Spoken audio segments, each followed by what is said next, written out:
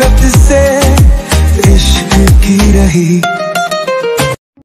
Mumbai, Rathore mention. जैसे ही अद्विक ने आन्या से कहा कि तुम अभी से आज से ही आन्या सिंह नहीं, आन्या अद्विक राठौर हो, आन्या राठौर अंडरस्टैंड। तो ये सुन आन्या बोली, कतई नहीं, बिल्कुल नहीं, दाएं बाएं गर्दन हिलाते हुए।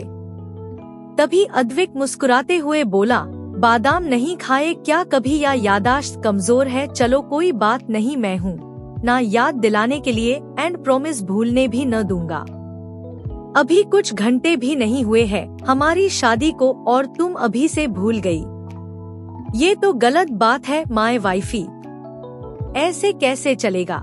याद रखो अच्छे से, शादी को हमारी आज ही हुई है। देखो तुमने लाल जोड़ा पहना है, मैंने शेरवानी, शादी के कपड़े हैं हमारे, और हम यहाँ शादी करके ही आए हैं। तुम अपने ससुराल में हो, याद आया ना? हम मिसेज राठौर। अद्विक की बात पर आन्या बोली, शादी? कैसी शादी? झूठी शादी, धोखे से की शादी, जबरदस्ती की शादी। शादी नाम का मतलब भी जानते हैं क्या आप? शादी दो लोगों की खुशी से, मन से, मर्जी से जुड़ा एक प्यारा सा बंधन होता है, एक खूबसूरत सा ख्वाब, एहसास, जब दो लोग रस्में, कस्में, वादे निभाते हुए एक हो जाते हैं हमेशा हमेशा के लिए। और आपको तो शादी सिर्फ मजाक लगती है। आपने जो शादी की है वो बर्बादी है, छल किया, गलत किया है, और हाँ, जो मेरे लिए किसी बुरे ख्वाब से कम नहीं। और मैंने सीखा है बुरे ख्वाब, बुरे ख्याल, बुरे लोगों से दूर रहो। आन्या सिंह बुरे सपने को कभी याद नहीं रखती। अद्विक राठौर। आन्या बोल ही रही थी कि तभी अद्विक ने अपनी बाह आरवी के कमर में फंसाई और उसे अपने करीब खींच लिया और अपने हाथ से आन्या के बाल अपनी मुट्ठी में पकड़ उसका चेहरा अपने पास करते हुए बोला, अब तुम्हें कुछ और याद भी न रहेगा। बुरा ख्वाब और बुरा ये अद्विक राठौर तुम्हारे जहन में हर पल सवार रहेगा। तुम्हारी हर नस, रग रग में सिर्फ मैं चाहकर भी तुम नहीं भुला सकती हो, न मुझे न हमारी आज हुई इस शादी को, चाहे जैसी भी हुई हो। और हाँ, जब लड़की की मांग में सिंदूर किसी के नाम का लग जाता है और गले में मंगलसूत्र जो ढाल देता है, तो वो उस शख्स की और उसका सरनेम उस लड़की से जुड़ जाता है। यही होता है ना शादी के बाद 7 फेरे लिए है मैंने तुम्हारे साथ, मैं तुम्हारा पति हूँ और तुम मिसेज राठौर मेरी पत्नी। इसका सबूत तुम्हारे गले का ये मंगलसूत्र और मांग का सिंदूर है जो दोनों मेरे नाम के हैं, समझी? आन्या अद्विक से दूर होने के लिए तड़प रही थी, अपने बाल छुड़ाने की कोशिश कर रही थी, पर अद्विक की बाह की पकड़ इतनी मजबूत थी, उसने बाल भी कसकर पकड़े थे कि वो कसम समाती रह गई पर छूट ना पाई। तभी अद्विक बाल छोड़ गर्दन पर हाथ रख आन्या को अपने और करीब कर लेता है कि आन्या अपनी आंखें भींच लेती है और बोलती है, छोड़िए मुझे। आन्या की बात पर अद्विक बोला, मेरे नाम से और मुझसे छूट ना पाओगी तुम आन्या राठौर। अब तुम्हारे ख्वाबों में भी मैं ही रहूंगा, तुम्हारे ख्यालों में भी मैं। जहाँ देखोगी, जिसके बारे में सोचोगी, वो सिर्फ अद्विक राठौर होगा। इतना मजबूर कर दूंगा मैं तुम्हें कि तुम इसके अलावा कुछ न कर पाओगी। और हाँ, ये तुम्हारी मांग का लाल सिंदूर खुशियों की सौगात नहीं, खतरे का निशान है जो तुम अपने मांग में रोज सजाओगी। याद दिलाता रहेगा तुम्हें मुझसे खतरा है, और ये गले का मंगलसूत्र तुम्हें हमेशा एहसास दिलाएगा कि ये ऐसा फंदा है जो तुम्हारे गले से नहीं निकलेगा। Right Mrs Rathore. अद्विक की बात पर आन्या अपनी आंखें खोलते हुए बोली, कैसे कोई इतना बेदर्द हो सकता है, कैसे? आन्या की बात पर अद्विक बोला, because I am your devil husband. Advik की बात पर आन्या तड़पते हुए बोली, आपको क्या लगता है अब सब कुछ आपके हिसाब से होगा? आन्या की बात पर अद्विक बोला, क्या लगता है, ऐसा ही होगा। तुम्हारे सांसें भी मेरी मुट्ठी में, तुम्हारी सोच भी, तुम्हारे तन और मन दोनों पर भी मेरी चलेगी। अद्विक की बात पर आन्या बोली, मुझे कठपुतली समझने की भूल मत कीजिए अद्विक राठौर। आन्या की बात पर अद्विक बोला, मुझे लाइटली लेने की भूल तुम मत करना, तुम पर मुझे कभी रहम कभी तरस नहीं आएगा। ये सुन आन्या की आंखें छलक गई, वो सिसकते हुए बोली, एक बेरहम से उम्मीद भी क्या की जा सकती है। आन्या की बात पर अद्विक मुस्कुराते हुए बोला, right my wifey, enjoy your new journey with me. सुना है शादी के बाद खुशियाँ नसीब होती है, पर तुम तो वो बदनसीब हो जिसे मैं खैरात में भी खुशियाँ ना दूं।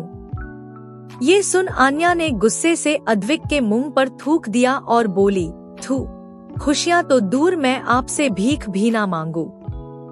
आन्या की इस हरकत ने अद्विक को बहुत गुस्सा दिला दिया और उसने आन्या को जोर से जमीन पर धकेल दिया। आन्या धड़ाम से जमीन पर जा गिरी। अद्विक आन्या की ओर अंगुली करते हुए बोला, तुम्हारी यही औकात है ब्लडी गर्ल, और उसी वक्त गुस्से की आग में तिलमिलाते हुए वहां से घर के अंदर चला गया। आन्या जमीन पर गिरी तो उसकी चुड़िया टूट उसकी कलाई में चुभ गई। और भी उसे चोट आई जाती, बहुत दर्द होने लगा, पर वो वहीं जमीन पर पड़ी रोते हुए सिसकियां भरती रही, क्योंकि बाहरी चोट से ज्यादा दर्द उसे अंदरूनी चोट का हो रहा था, जो अद्विक और उसके कहे एक एक लफ्ज ने दी थी। उसका मन पूरी तरह छलनी कर दिया था अद्विक की बेदर्दी ने। अद्विक तेज कदमों से चलता हुआ अंदर गया तो अचानक उसके कदम हॉल के बीच रुक गए। उसने दाईं और गर्दन घुमा, अपनी नजर नीचे के सामने वाले कमरे पर डाली, जिसके दरवाजे के बीच एक 70 के उम्र का बुजुर्ग खड़ा होता है, जिसने सफेद धोती कुर्ता पहना, जिनकी आंखों पर गोल चश्मा, सफेद सरबाल, हाथ में छड़ी पकड़ी हुई थी। अद्विक ने उनकी ओर देखा तो वो अद्विक को देख मुड़कर वापस अपने कमरे में चले गए।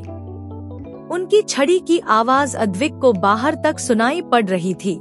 अद्विक वहीं खड़ा कमरे की ओर देखते रहा। जैसे ही छड़ी की आवाज आना बंद हुई और उस कमरे की लाइट बंद हुई, वो वहां से सीढ़ियों चढ़ते ऊपर अपने कमरे में जा पहुंचा। हाथ से जोर से धक्का देकर रूम का डोर खोला। रूम में मध्यम सी लाइट जल रही थी। अद्विक शेरवानी उतार रूम में जमीन पर फेंक सीधा बाथरूम में चला गया और दीवार से दोनों हथेली लगाए सर झुका शॉवर ऑन कर अद्विक खड़ा हो गया। कुछ देर बाद शॉवर लेकर ब्लैक लोवर टी शर्ट पहने अद्विक बाथरूम से बाहर निकला। उसके बालों से पानी टपक रहा था, साथ उस मध्यम लाइट के बीच भी उसकी आंखों में बेहद गुस्सा दिखाई पड़ रहा था। कभी वो अपनी आंखें बड़ी कर रहा था तो कभी भौहें सिकोड़ रहा था। अपने दांत भींचते हुए वो अपने कमरे में गुस्से से इधर उधर चलने लगा। गुस्सा शायद आन्या को लेकर था, उसकी थूकने वाली हरकत को लेकर था। तभी अद्विक ने अपने गीले बालों को हाथों से पीछे किया और बेड पर जाकर ब्लैंकेट ओढ़ लेट गया। कुछ पल रूम की लाइट जलती रही, फिर अद्विक हाथ बढ़ाकर लाइट बंद कर देता है। पूरे कमरे में शांति के साथ अंधेरा पसर गया। नीचे आन्या लॉन में जमीन पर ही पड़ी थी, जमीन पर ही पड़ी। आन्या ने टसकते हुए अपनी आंखें खोल अद्विक के घर की ओर देखा और मन ही मन बोली, क्यों किया, इसका जवाब नहीं देंगे, ये नहीं बताएंगे कुछ। मेरे लिए जानना जरूरी है, इनके लिए थोड़ी।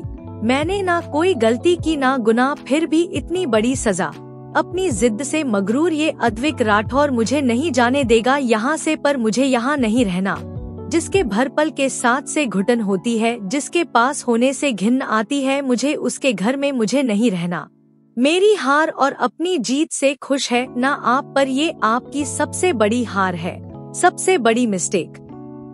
कहते आरवी नीचे से अपनी हथेली टिका उठने लगी कि वो फिर जमीन पर जा गिरी, पर फिर भी वो हिम्मत कर दर्द सहती आह भरती टसकती नीचे से उठ खड़ी हुई और अपने हाथों से आंखों के किनारे साफ किए और आसमां की ओर देखते हुए बोली, बप्पा क्यों बनाई तुमने ये दुनिया? दुनिया बनाई तो बनाई, इतने बेरहम बेदर्द लोग क्यों बनाए, जिन्हें दूसरों को क्या अपनों को भी दर्द देने में मजा आता है। एक बार भी जिसकी आत्मा उसे नहीं धिक्कारती कि अपनों को तो बख्श दे, गैर तो क्या शिकायत करे इनसे, ये तो अपने करीबी का भी बुरा हाल कर दे। कैसे ऐसे लोगों को धरती पर भेज दूसरों का जीना मुश्किल में डाल देते हो बप्पा। कहते हैं अच्छे लोगों के साथ आप कभी बुरा नहीं होने देते, फिर मेरी और सक्षम की इसमें क्या भलाई है। या हमच 6 नहीं थे। कहते हैं जो होता है ऊपर वाले की मर्जी से होता है, फिर ये नीचे वाले अपनी मर्जी क्यों चलाते हैं? आप भगवान हो या ये इंसान जो खुद को ही भगवान मान बैठा है, फितरत जिसकी शैतान सी है। कौन सी परीक्षा ले रहे हो बप्पा हमारी? जरूरी होता है क्या अच्छे लोगों के बीच डेविल को लाना? और तो और कमाल है आपकी बनाई दुनिया में ऐसे घटिया लोग चैन से खुशी से रहते हैं और औरों का सब कुछ छीन लेते हैं। जिंदगी, खुशियाँ, सुख, चैन, सब कुछ। तभी आन्या ने एक ही झटके में हाथ से खींच अपने गले का मंगलसूत्र निकाल लिया और बोली, पहनूंगी तब फंदा होगा ना? नहीं चाहिए कहते अपने दोनों हाथों से आन्या ने मंगलसूत्र तोड़ फेंक दिया, जिसके उसके सारे मोती बिखर गए। नहीं चाहिए कहते अपने हाथों से अपना सिंदूर पोंछने लगी और चिल्लाते हुए बोली, कोई मतलब नहीं है इस शादी का, इन सब का कोई मतलब नहीं। नहीं मानती मैं इस धोखे वाली झूठी शादी को, कोई मतलब नहीं। इस सब का मेरे लिए कोई मायने न रखता, मेरे लिए ये सब। मैं जाऊंगी यहाँ से। अद्विक राठौर इसी वक्त और अपना भारी लंघगा संभालते हुए आरवी मेन गेट की ओर भागने लगी कि तभी जब आरवी बेकसूर है, उसने कोई गुनाह भी नहीं किया, तो अयांश उसे किस बात का कसूरवार मान रहा है? किस गलती की सजा दे रहा है? उसके साथ क्यों इतनी बेदर्दी कर रहा है? आरवी कब तक अयांश से लड़ेगी? अयांश की बेरहमी से घुट घुट कर मर जाएगी आरवी, या उसकी कैद से आजाद हो जाएगी? जानने के लिए सुनते रहिए डेविल हस्बैंड, जुनूनी इश्क या नफरत। आज का पार्ट कैसा लगा कमेंट में बताइएगा, और अगर आपको मेरी ये स्टोरी पसंद आ रही है तो मुझे सपोर्ट करें, और अगर आपने अब तक सब्सक्राइब नहीं किया है तो कर लीजिए।